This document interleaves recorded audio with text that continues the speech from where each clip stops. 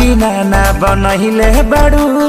भोरही से मुँह लटकहिले बाड़ू तो का करे ए रानिया खाना पीना ना बनहिले बाड़ू भोरही से मुँह लटकहिले बाड़ू काहे बेचैनी में बाड़ू करे जा देखल न जाता तरफ तरफ देहला दरदिया सैया दोनों तरफ रगड़ी ले लेते बरा रगड़ी ले लेते बरा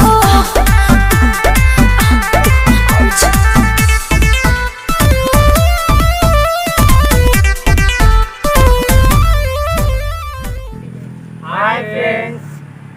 अगर आपको वीडियो पसंद आई हो तो लाइक करें, कमेंट करें और शेयर करें और चैनल को सब्सक्राइब ना भूलें।